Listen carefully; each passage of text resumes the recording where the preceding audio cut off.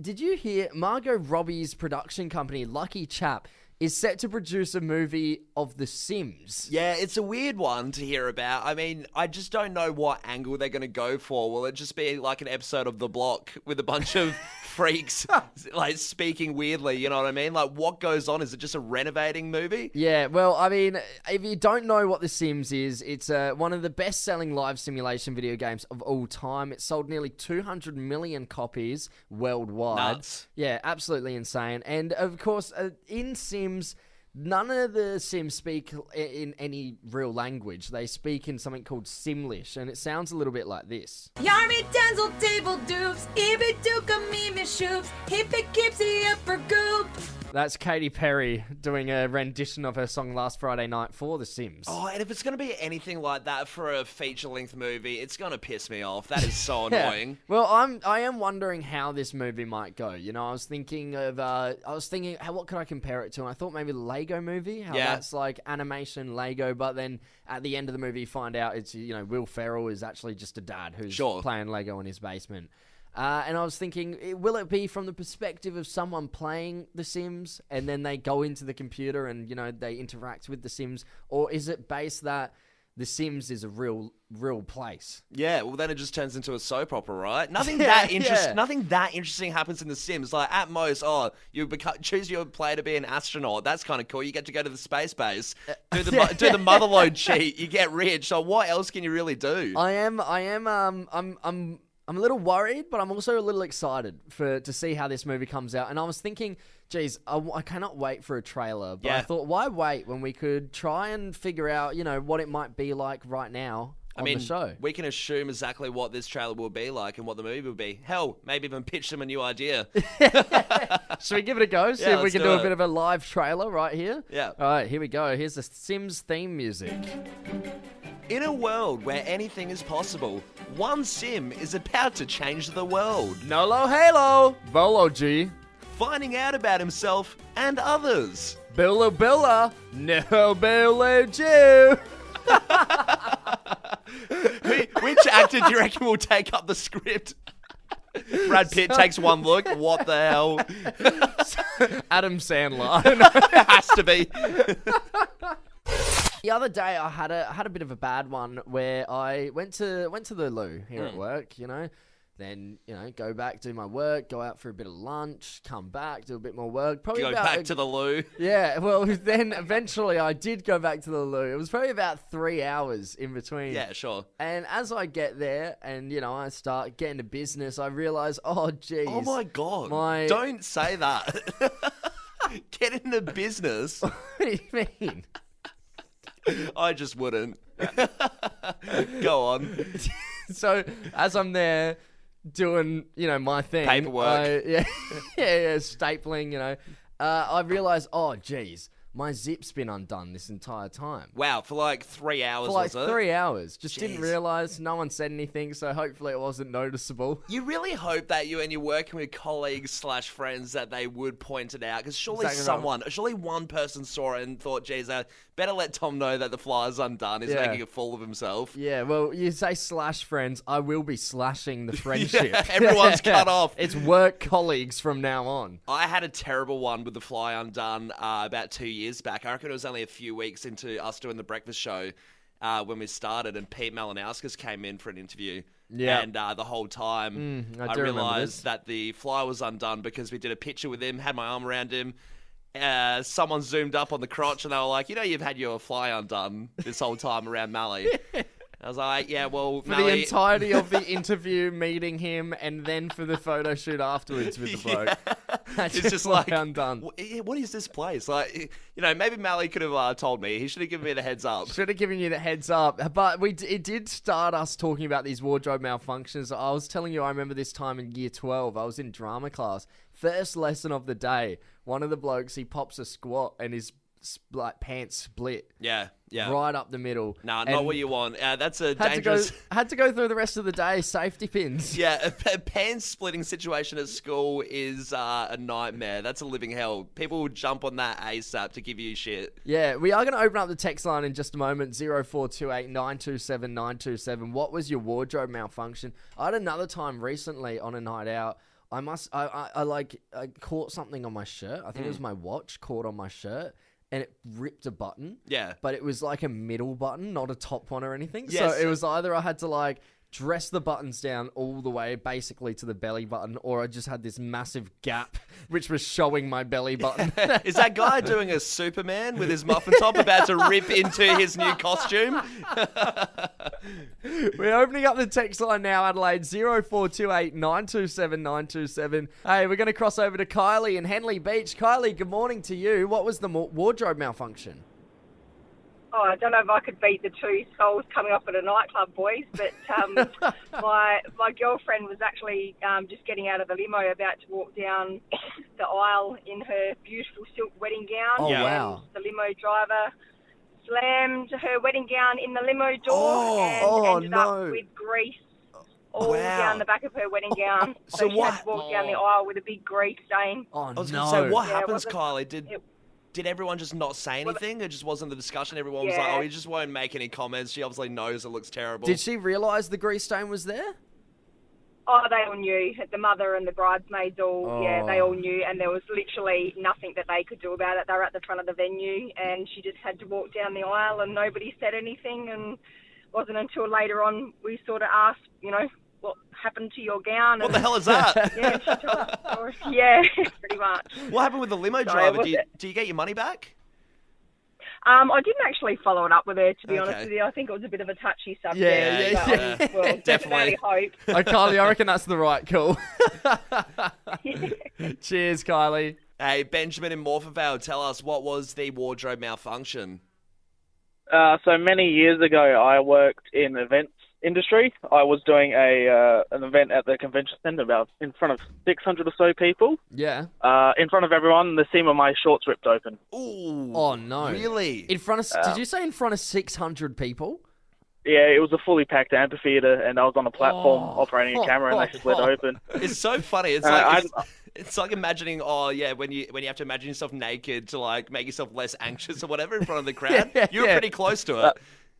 I had my bright pink step ones on as well. Oh, no! The dream. I was going to ask what colour undies, bright pink and on display for 600 people. Benjamin, that sucks.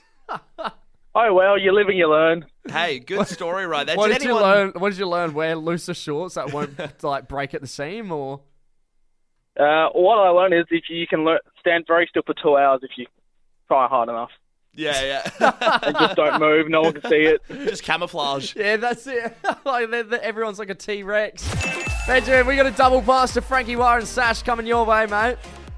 Oh, you know what? That's just made my week.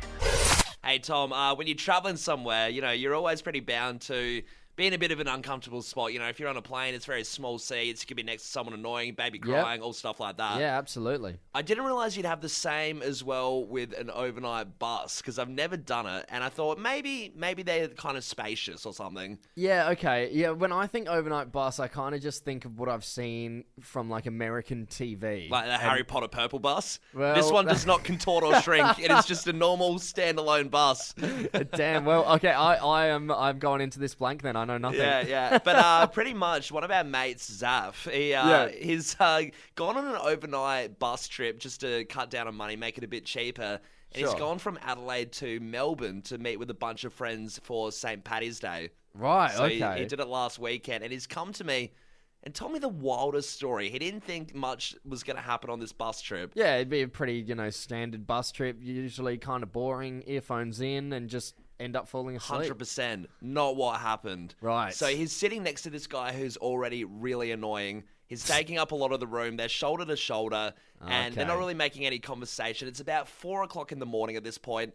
Bus light is off. It's a bit like an airplane, like an overnight flight. All the lights go off and you try and sleep. Yeah. People wrapped up in blankets. Sure. Dude next to him starts getting a call. It's his girlfriend. Right. Guy starts railing off. They're having this massive argument over the phone while on the bus. Right. And then everyone sort of bypasses it, thinks, oh, geez, that's a bit annoying. Guy hangs a up. bit uncomfortable. Yeah. A bit annoying when everyone's trying to get to sleep, for sure. Dude hangs up. Yep. 5 minutes later, gets the call back, hops back on the phone, starts arguing. This happens about 10 times, Oh. all through the space of what lasted an hour and a half, to the point where everyone on the bus apparently was looking at the guy, telling him to shut up, and he Yeah. just would not give a bar to anyone. Everyone's screaming at him. Zaf was saying people were kicking his chair. Oh my You can God. feel people kicking the chair, being like, dude, shut up. Yeah. Because it was going on for like 2 hours, and he didn't. Just chuck your phone in airplane mode. Yeah, I mean, there's something in that where like this guy should be a bit more considerate to everyone else on the bus. If it's an overnight bus, if it was a daytime trip, yeah, no worries. But the fact that it's an overnight bus, people are genuinely trying to sleep. It's a little rude to keep taking your phone calls. Yeah. Especially if it's the same one and the same argument. It was literally word for word the same stuff. It's, dude, give it a rest. Yeah. Story gets crazier. Apparently when they get to Melbourne, right, they're on the road.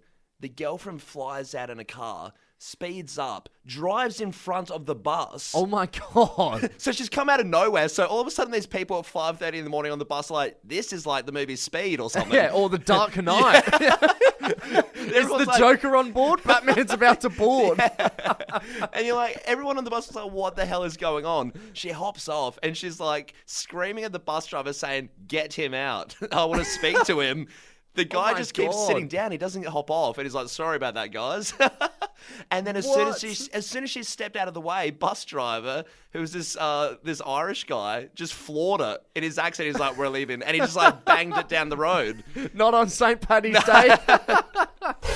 Tom, we were talking the other day about Aaron Taylor Johnson, the Hollywood actor Yes. who starred in Kick-Ass, amongst other things, is looking like he will be the next James Bond. Yeah, now, if you are thinking of the main guy from Kick-Ass, how nerdy he is, you are correct. However, if you've seen the recent movie Bullet Train, he's in that too as one of the hitmen that Brad Pitt fights on the train.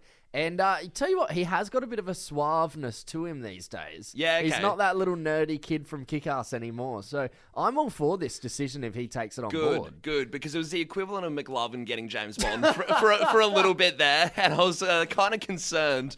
But yeah, it looks like he's going to be in the lock-in contract. Obviously, Daniel Craig did about 6 movies, I think. Yeah, I think that's about the go for most of the Bonds. Yeah. I think Roger Moore maybe did the most, who was the second one to come in. But yeah, no, that's about the contract. Yeah. And if you have a look at just a little brief bit of info on who the most beloved James Bonds are, who do you think is number one? I'm going to go Sean Connery because people don't like change. Yep, Sean Connery is number one. Top 3 was Pierce Brosnan, Daniel Craig, then Sean Connery. Obviously, Yeah, Daniel right. Craig racked up a huge following, and the highest rated one, the most reviewed well, was Goldfinger. Goldfinger, great movie. Yeah, with Sean Connery. I prefer the older James Bonds personally, with the crazy out there, evil masterminds like Goldfinger or the man with the golden gun. Yeah, crazy villains. Yeah, I miss that in movies. These days, they're all too real, like they're like scenarios that actually could happen. There's no one that's turning people into gold anymore. No, bring it back to the old days, we want some weirdness. But hey, Tom, we did want to have a little chat about who could do the best James Bond impression, because obviously Aaron Taylor Johnson... He's not locked in yet. Yeah, he's new to the scene. He obviously has done an audition. It probably went smoothly for them to, want him to be Bond. But, can anyone be James Bond? We do want to find out. I think we need to give it a shot doing our audition tapes right now to be James Bond. Yeah. Would you like to go first? Yeah, I'll kick it off. All right, in your own time then. I like my martinis shaken, not stirred.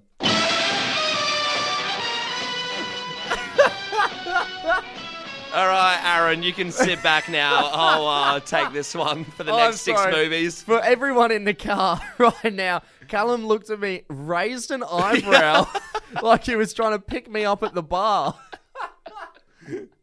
That's how you do it. James Bond is a suave lovemaker. This is true. All right, I'll try my best. There I you don't know go. if I can top that. All right. The name's Bond. James Bond. I didn't mind it.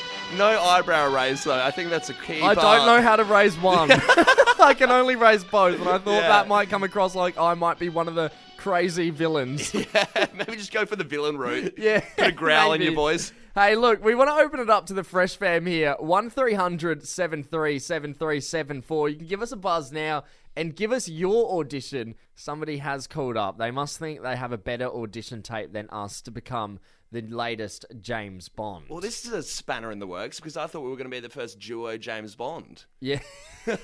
Just rolling around I'm James, together. you're Bond. Hey, all right. His name is Anton and he's from Borough. Anton, are you here to do your James Bond audition, mate?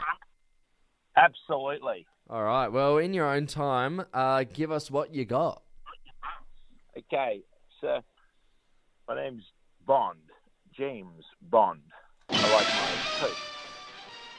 Ooh, I liked it. There was a bit of flair to that one.